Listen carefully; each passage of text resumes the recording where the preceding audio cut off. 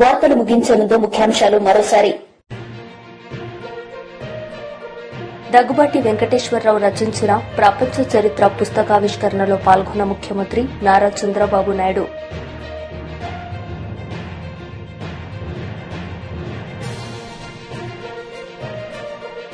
BRS leader press meet, CM Revanth రెడ్డిపై fire. ముఖ్యమంత్రి రేవంత్ రెడ్డిని జూబ్లీహిల్స్ నివాసంలో వరంగల్, ఖమ్మం, నల్గొండ ఉపాధ్యాయ నియోజకవర్గం నుంచి శాసన మండలికి ఎన్నికైన పింగళి శ్రీపాల్ రెడ్డి మర్యాదపూర్వకంగా కలిశారు. ఉపాధ్యాయుల సమస్యల పరిష్కారానికి కృషి చేస్తున్న ప్రజాప్రభుత్వానికి సహకరిస్తామని ముఖ్యమంత్రి గారికి తెలిపారు. ఈ ఎన్నికల్లో విజయం సాధించిన శ్రీపాల్ రెడ్డికి ఈ సందర్భంగా ముఖ్యమంత్రి అభినందనలు తెలియజేశారు. దగ్గుబాటి వెంకటేశ్వరరావు రచించిన ప్రపంచ చరిత్ర పుస్తకావిష్కరణలో పాల్గొన్న ముఖ్యమంత్రి నారా చంద్రబాబు నాయుడు. ఈ సందర్భంగా ఆయన ప్రసంగించారు. మైండ్ స్టిమ్యులేట్ అవుతుంది, హ్యాపీగా వచ్చి నిద్రపోతాను. What a wonderful life.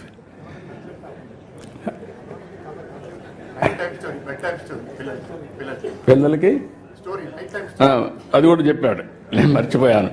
పిల్లలకి రాత్రిలో ఒక స్టోరీ చెప్పి ఏం హ్యాపీగా నిద్రపోతాడు. అదే మరి ఫ్రెండ్స్తో కలిసి విదేశాల్లో తిరగడం ప్రారంభించాడు. పోయినప్పుడు అక్కడ కూడా ఈ అధ్యయనం చేయడం ఇవన్నీ చేశారు. కానీ ఇన్ని పనులుండి ఇప్పటికి మీరు ఒకసారి చూస్తే ఒక 5 పుస్తకాలు రాశాడు ఆయన. ఈ ఎక్స్పీరియన్స్ చూసినప్పుడు ఫస్ట్ది ఒక చరిత్రలో కొన్ని నిజాలు, ఫస్ట్ బుక్ రాశాడు. అక్కడి నుంచి విభజన జరిగిన తర్వాత మేమందరం ఇంక్లూడింగ్ వెంకయ్యనాయుడు గారు విభజనలో బిజీగా ఉన్నాం. వెంకయ్యనాయుడు గారు పార్లమెంట్లో ఫైట్ చేయడం, ఆ సీన్ చూసిన తర్వాత బాధపడడం అవన్నీ జరిగాయి. అయితే వెంకటేశ్వరరావు గారు దాని మీద డెప్త్కి వెళ్ళి తెలుగువారి చరిత్ర వేర్పాటు వాదం ఎందుకు వచ్చిందని పుస్తకం రాసే పరిస్థితికి వచ్చారు. 3వ పుస్తకం అక్కడి నుంచి వదిలిపెట్టలేదు.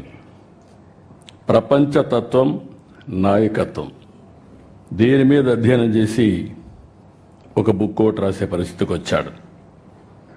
ఇప్పుడు 4వది ఇంకొక పక్కన మీరు చూస్తే ప్రపంచ దేశాలు, పాలనా వ్యవస్థలు అధ్యయనం చేసి దానిపైన ఒక పుస్తకం రాశాడు. ఇప్పుడు ప్రపంచ చరిత్ర ఆది నుంచి నేటి వరకు, ఇంకా ఆయన మాటల్లోనే చెప్పాడు కాబట్టి నేను ఎక్కువ చెప్పను, మొత్తం డీటెయిల్ అన్ని ఆ తర్వాత జరగబోయేట కూడా చెప్పాడు. మనం అందరం ఒక 4-5 సంవత్సరాలు కాపాడుకుంటే మన ఆరోగ్యాన్ని భవిష్యత్తులో 50 ఏళ్ళు అంటున్నాడు. కానీ ఒక్కసారి ఇన్నోవేషన్ వస్తే 50 ఏళ్ళతో ఆగదు. కొంతమంది మీరు లేనిపోయిన ఆలోచనలు ఇచ్చారు. శాశ్వతంగా ఎందుకు బతకూడదని. God only knows. కానీ చరిత్ర కూడా మనం ఒకసారి చూస్తే ఇవన్నీ ఒక ఎత్తు అయితే, ఈరోజు అగ్రదేశాలన్ని దేశాలు కూడా సఫర్ అయ్యే పరిస్థితి వస్తున్నాయి. జనాభా లేదు, ఏఐ ఉంది, లేకపోతే టెక్నాలజీ ఉంది, దాన్ని ఆపరేట్ చేసే మనుషులు కూడా లేని పరిస్థితి వస్తుంది. యూరోప్ కానీ, చైనా కానీ, అదే మరి మీరు చూస్తే చాలా దేశాల్లో, జపాన్ కానీ, అన్ని దేశాల్లో ఏజింగ్ ప్రాబ్లం అనేది బిగ్గెస్ట్ ప్రాబ్లంగా తయారయ్యే పరిస్థితి వచ్చింది. మనం అందరం అదృష్టవంతులం. భారతదేశం వరకు ఈరోజు ఎగ్జామ్ చేసే వచ్చింది. ఏదైతే ఐఎమ్ వెరీ ప్రౌడ్, నేను ముందుకు కూడా చెప్పాను. ఒకసారి నిర్మలా సీతారామన్ గారు చూసినప్పుడు ఆవిడ యొక్క ప్రస్థానం, వెంకటేశ్వరరావు గారు చరిత్ర రాస్తున్నారు, పక్కనుండే నిర్మలా సీతారామన్ గారు చరిత్ర సృష్టించడానికి శ్రీకారం చుట్టారు. ఇది ఒకసారి మనం చూసినప్పుడు, వారి ప్రస్తావాన్ని చూసినప్పుడు, ప్రయాణం చూసినప్పుడు నాకు అనిపిస్తుంది, నేను ఎప్పుడూ చెప్పేవాడిని, మగవాళ్ళ కంటే మహిళలు బాగా సమర్థవంతంగా పనిచేస్తారని. మా వెంకటేశ్వర గారు చాట్ జీపీటీ కొట్టి బీజేపీ లీడర్ మీడియా సమావేశం నిర్వహించారు. ఈ సందర్భంగా పలు అంశాలపై ఆయన మాట్లాడారు. దీపాదాస్ మున్షి గారు ఉన్నారు. వారికంటే ముందు ఠాక్రే గారు కొద్ది రోజులు, ఠాగూర్ గారు మరికొన్ని రోజులు, ఇలా ఇన్ఛార్జీల మీద ఇన్ఛార్జీలు మార్చుకుంటూ ఎట్టికేలకి ఫైనల్గా మీనాక్షి నటరాజన్ గారు రంగంలోకి వచ్చారు. ఆమె రావడంతోనే చాలా సింపుల్ అని,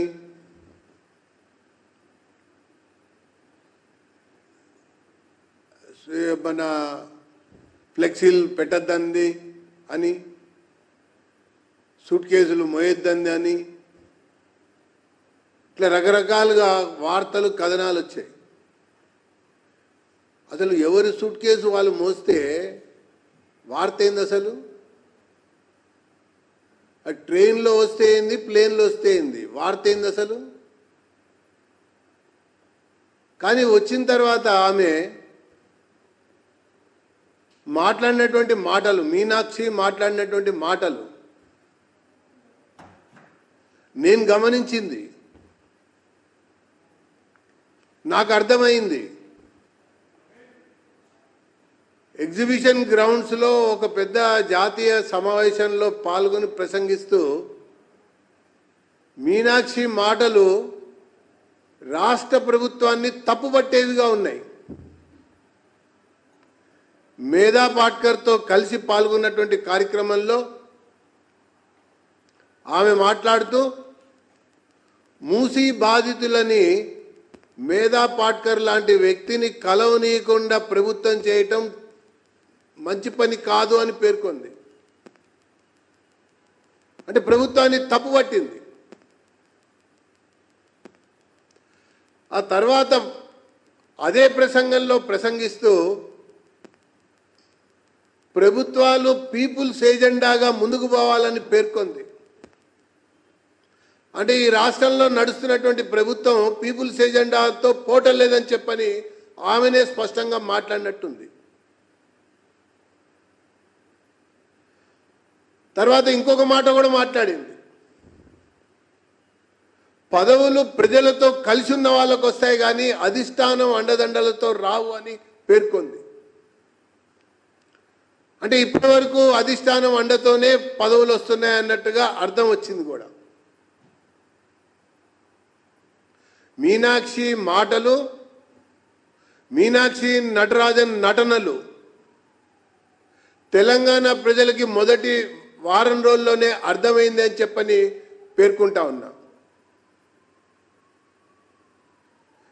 మీనాక్షి మాటలకు ఒక న్యాయం, మల్లన్న మాటలకి మరొక న్యాయం అన్నట్టుగా కాంగ్రెస్ యొక్క ప్రభుత్వ విధానం పార్టీలో చాలా స్పష్టంగా బయటపడ్డదని చెప్పని నేను తెలియజేస్తున్నా.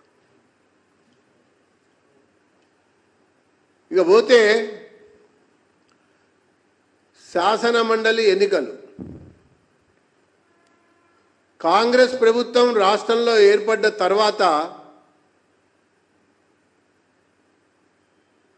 3/4 ఏరియా went to polls.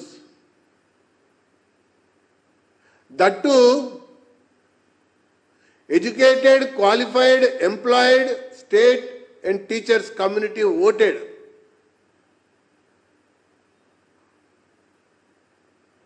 అంటే ఎగెనిస్ట్ గవర్నమెంట్గా ఓటేశారు వాళ్ళు. గమనించాలి, ఆలోచించాలి విషయాన్ని.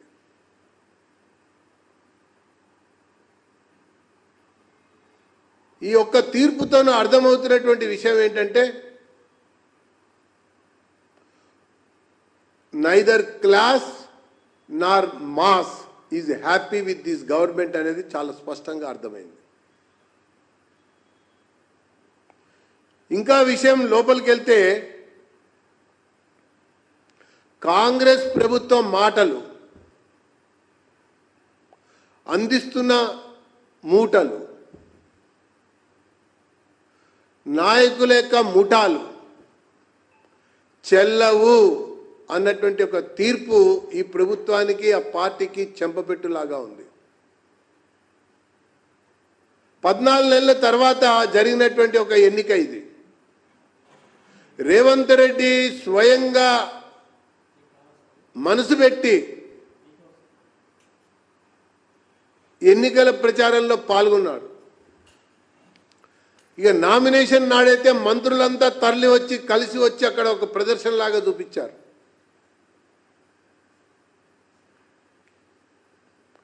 కానీ ప్రజల తీర్పు మాత్రం భిన్నంగా ఉంది. మేధావులు మేల్కొన్నారు. ఈ ప్రభుత్వ చర్యలతో ఉపాధ్యాయులు ఉలికిపడ్డారు. పట్టభద్రులు కమలానికే పట్టం కట్టాలని నిర్ణయించారు.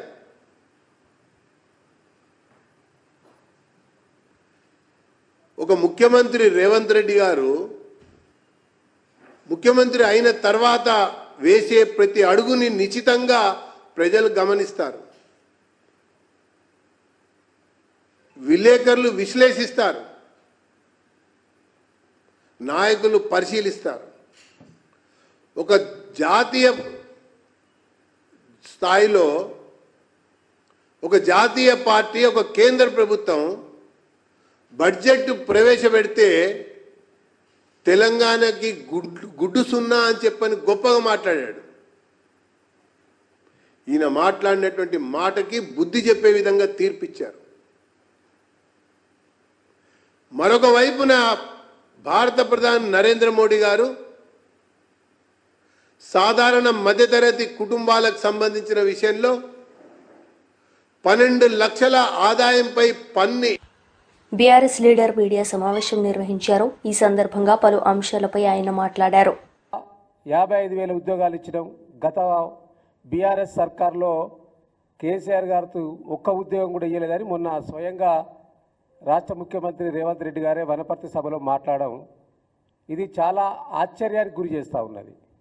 దాని మీద నేను గతంలో అనేక సందర్భాల్లో ఇదే వేదిక ద్వారా మా నాయకులు కేటీఆర్ గారు కావచ్చు, హరీష్ రావు గారు కావచ్చు, అనేక సందర్భాలలో ప్రతి నాయకుడు అసెంబ్లీ సాక్షిగా చెప్పిన సందర్భం కూడా ఉంది. గత బీఆర్ఎస్ సర్కార్లో ఎన్ని ఉద్యోగాలు ఇచ్చినామనే విషయం. అయినా కూడా ఒక అబద్ధాన్ని పదే పదే మాట్లాడితే అది నిజమైపోతుందని చెప్పి ఇవాళ కాంగ్రెస్ అనుకుంటా ఉన్నట్టున్నది. సో దాన్ని చెప్తా ఉన్నారు కాబట్టి గతంలో ఒక విద్యార్థి నాయకునిగా పనిచేసిన నేను ఇవాళ అశోక్ నగర్లో ఉన్న నిరుద్యోగ జేఏసీ మిత్రులు వీరంతా కూడా అరే ఇయని ఉద్యోగాలను ఇచ్చుకుంటా ఉన్నారు, అసలు వాళ్ళు ఇచ్చిన ఉద్యోగాలు ఏంది, నిరుద్యోగులకి ఏం చెప్పిండ్రు. సో వీటన్నిటి మీద తప్పకుండా ఈ రాష్ట్ర ప్రజలకు, ముఖ్యంగా మా నిరుద్యోగ యువతకు తెలుసు. మళ్ళొకసారి గుర్తు చేయాల్సిన బాధ్యత ఒక పార్టీ కార్యకర్తగా మా పైన ఉంది కాబట్టి డెఫినెట్లీగా అందుకనే ఈరోజు ఈ వేదిక ద్వారా వాస్తవాలను, నిజాలను ఇవాళ చెప్పదలుచుకుంటున్నాం. కాబట్టి ఈ సందర్భంగా ఈ యొక్క ప్రెస్ మీట్లో నరేందర్ గారు, అదేవిధంగా నిఖిల్, అదేవిధంగా మన నిరుద్యోగ జేఏసీ దామోదరు, మనోజు, వీరందరూ కూడా ఇలా పార్టిసిపేట్ అవుతూ ఉన్నారు. ముఖ్యంగా ఈ రాష్ట్ర ప్రభుత్వం నిరుద్యోగుల విషయంలో పచ్చి మోసం, దగ పదే పదే చేస్తూ ఉన్నారు. ఒకసారి చెప్పినట్టే ఓకే, కానీ ఎప్పుడు ఏ వేదికనైనా వాడుకుంటూ ఇవాళ ఆ వేదిక ద్వారా మేము 55,000 ఉద్యోగాలు ఇచ్చినాము, 55,000 ఉద్యోగాలు ఇచ్చినామని చెప్పి మరి ఈ యొక్క రాష్ట్ర ముఖ్యమంత్రి గారే స్వయంగా అబద్ధాలు వల్లివేయడము, ఇది నిజంగా సిగ్గుచేటైన విషయం. ఇవాళ మేము స్టేట్గా ఈ రాష్ట్ర ప్రభుత్వాన్ని అడగదలుచుకున్నాం. ఆనాడు మీరు అసెంబ్లీ ఎన్నికల సందర్భంగా నాడు అశోక్ నగర్లో ఉన్న యువతను రెచ్చగొట్టి ఎన్నికల్లో బస్సులు పెట్టి ఎన్నికల్లో వాళ్ళని వాడుకొని అధికారంలోకి వచ్చిన తర్వాత విస్మరించి మీరు సంవత్సరానికి 2 లక్షల ఉద్యోగాలని చెప్పిండ్రు. మీరు మీ మేనిఫెస్టోలో స్వయంగా చెప్పిండ్రు. హైదరాబాద్ యూత్ డిక్లరేషన్లో సంవత్సరానికి 2 లక్షల ఉద్యోగాలు ఇస్తామని చెప్పి ఆనాడు మేనిఫెస్టోలో పెట్టిండ్రు.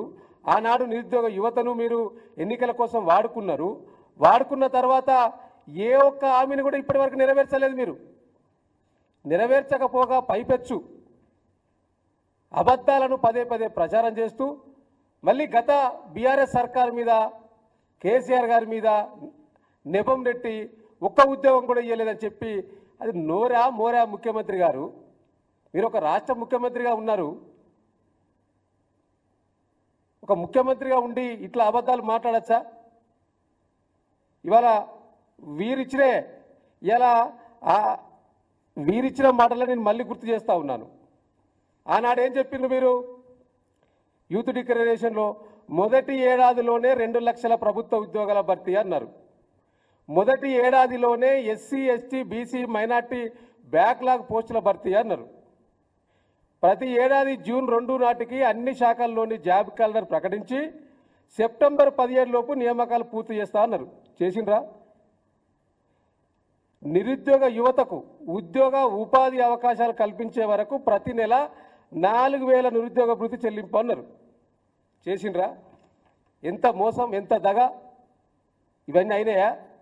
ఇవన్నీ పక్కకు పెట్టి మళ్ళీ మేము వచ్చినాక 55,000 ఉద్యోగాలు అని చెప్పి, అంటే ఇవాళ కాంగ్రెస్ ప్రభుత్వం ఇది ప్రజాప్రభుత్వం కాదు. ఇది ప్రజలను, ముఖ్యంగా ఈ రాష్ట్రంలో ఉన్న నిరుద్యోగ యువతను మోసం చేసే ప్రభుత్వం మాత్రమే. ఇవాళ మేము స్పష్టంగా చెప్తా ఉన్నాం. మేము ఇచ్చినాయి ఈ గతంలో కూడా చెప్పినాం, మళ్ళీ కూడా గుర్తు చేస్తూ ఉన్నాం మీకు. ఇవాళ బీఆర్ఎస్ ప్రభుత్వం వచ్చిన తర్వాత వచ్చిన ఉద్యోగాల సంఖ్య మీరు పదే పదే చెప్తా ఉన్నారు కదా. మేము ఉద్యోగాల నోటిఫికేషన్లో సహా చెప్తాం. ఇది మీరు ఎక్కడికైనా చర్చకు సిద్ధం. మీరు సిద్ధం అంటే మేము కూడా సిద్ధంగా ఉన్నాం. ఎక్కడికి వచ్చారో మాట్లాడతాం దీని మీద. ఇవాళ గత ప్రభుత్వం ఇచ్చిన నోటిఫికేషన్లో మేము చాలాసార్లు చెప్పినాం, మళ్ళీ చెప్తా ఉన్నాం. గత ప్రభుత్వం బీఆర్ఎస్ సర్కార్ హయాంలో ఇచ్చినాయి 2,32,308 ఉద్యోగాలకు ఆర్థిక శాఖ అనుమతి తీసుకుంటే దాంట్లో నోటిఫై చేసినాయి 2,02,735 ఉద్యోగాలకు మేము నోటిఫై చేసినాం. అందులో సెలక్షన్ ప్రాసెస్ అయ్యి నియామక పత్రాలు ఇచ్చింది 1,60,083 ఉద్యోగాలు. మిగతా కొన్ని కారణాల వల్ల, అంటే కోర్టు కేసులు కావచ్చు, అదేవిధంగా ఈ యొక్క ఎలక్షన్ కోడ్ వల్ల కావచ్చు, 42,652 ఉద్యోగాలు వివిధ కారణాల వల్ల మిగిలిపోయినాయి. వాటికి ఆల్రెడీ ఎగ్జామ్స్ నిర్వహించినాం, రిజల్ట్ ఇచ్చినాం. ఇవాళ వాటికి మీరు నియామక పత్రాలు ఇచ్చి సెల్ఫ్ డబ్బాలు కొట్టుకుంటూ మందికి పుట్టిన బిడ్డలు మా బిడ్డలే అంటూ ఇవాళ డబ్బాలు కొట్టుకుంటున్నది మీరు. ఇవాళ నేను స్పష్టంగా చెప్తున్నాను, ఇది మీకు కూడా మీడియాకు పంపిస్తాను. నేను ఎప్పుడు నోటిఫికేషన్ వచ్చింది, ఎప్పుడు ఉద్యోగాలు ఇచ్చినాం, మీరు వచ్చినాక నియామక పత్రాలు ఎప్పుడు ఇచ్చారు అనేది నేను చెప్తాను. బెస్ట్ ఒక 2 ఎగ్జాంపుల్ చెప్తాను నేను మీకు. ఇవాళ స్టాఫ్ నర్సుకు సంబంధించి 2022 డిసెంబర్లో ఇచ్చినాం. ఎగ్జాము 23/8 పెట్టినాం. 6,956 ఉద్యోగాలు. జనవరి 31 మీరు నియామక పత్రాలు ఇచ్చారు ప్రజాపాలనలో. ఇంకొక ఎగ్జాంపుల్ చెప్తాను నేను. పోలీస్ కానిస్టేబుల్ 17,805 ఉద్యోగాలు. మేము ఇచ్చిన నోటిఫికేషన్ 25వ తారీఖు 4వ నెల 2022లో ఇచ్చినాం. ఎగ్జామ్ డేట్ ఎప్పుడు పెట్టినామా అంటే మేము 28వ తారీఖు 8వ నెల 2022 సంవత్సరంలో ఎగ్జామ్ పెట్టినాం పోలీస్ కానిస్టేబుళ్లకు. ఆల్రెడీ మీకు కావాలంటే వాళ్ళు ఇప్పుడు ట్రైనింగ్లో ఉన్నారు. 17,000 మంది పోలీస్ కానిస్టేబుల్ ప్రజెంట్ ట్రైనింగ్లో ఉన్నారు. మీరు పోయి అడగచ్చు, మీరు మీడియా మైక్ పెట్టవచ్చు. నోటిఫికేషన్ ఇప్పుడు. మాజీ మంత్రి అంబటి రాంబాబు మీడియా సమావేశం నిర్వహించారు. ఈ సందర్భంగా పలు అంశాలపై ఆయన మాట్లాడారు. దాఖలాలు లేవు. బడ్జెట్ను పరిశీలిస్తే అన్ని అరకొరగా ఇచ్చారు.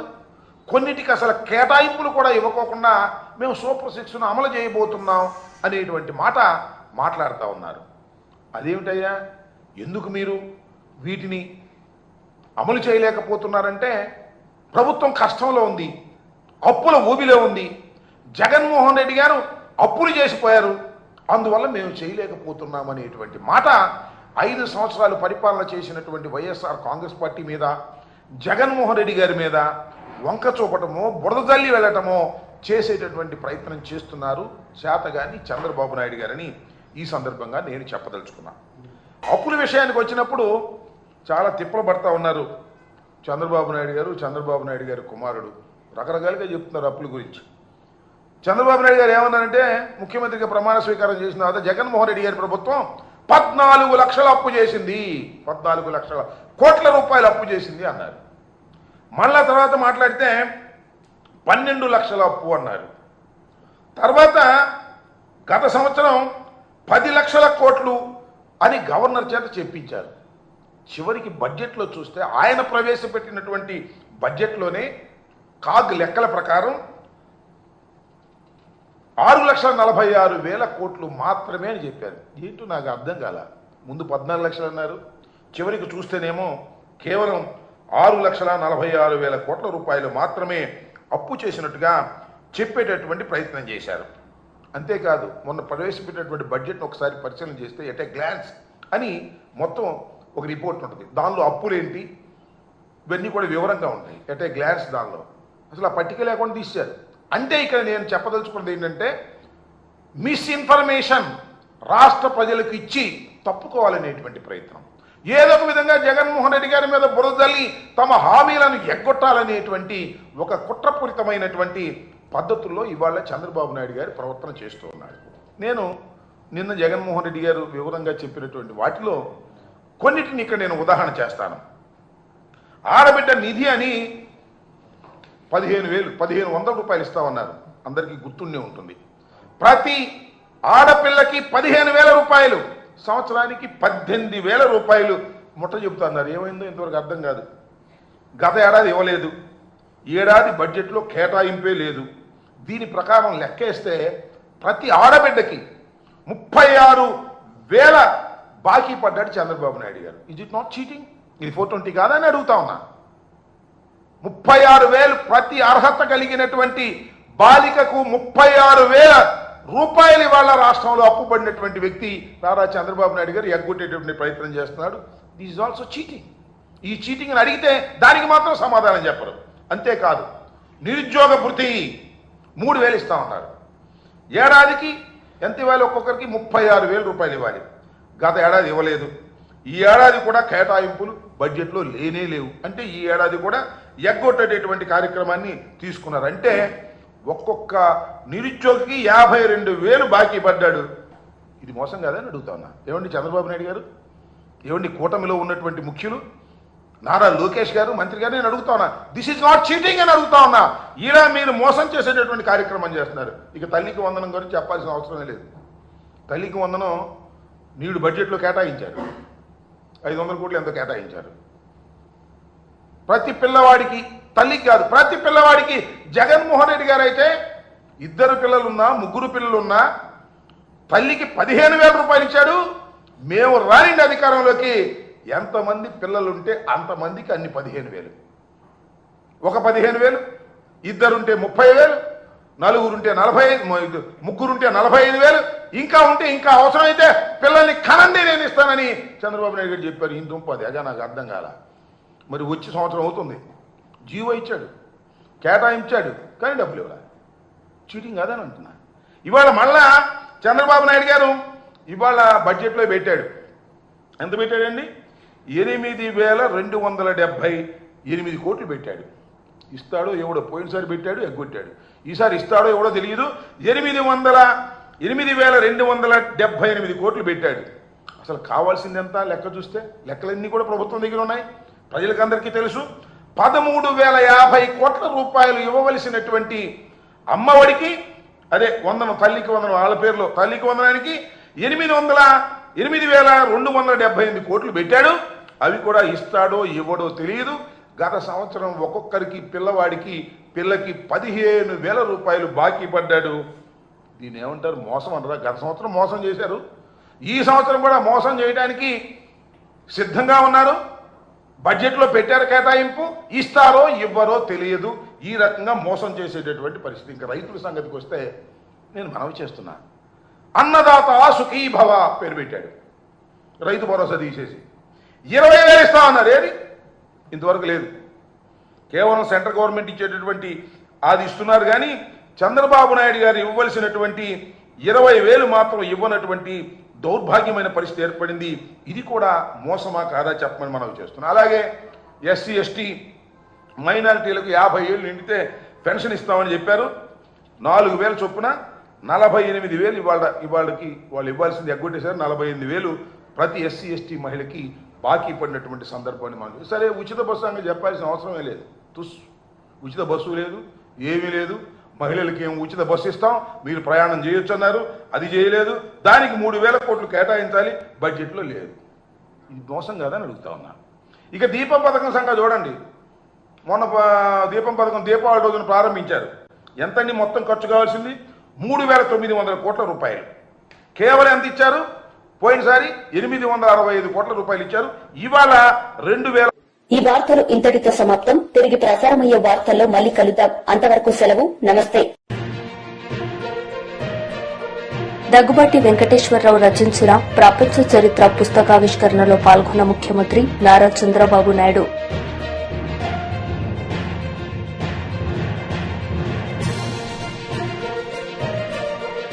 BRS leader press meet, CM Revanth రెడ్డిపై ఫైర్. నమస్కారం. వార్తలకు స్వాగతం. ముందుగా ముఖ్యాంశాలు.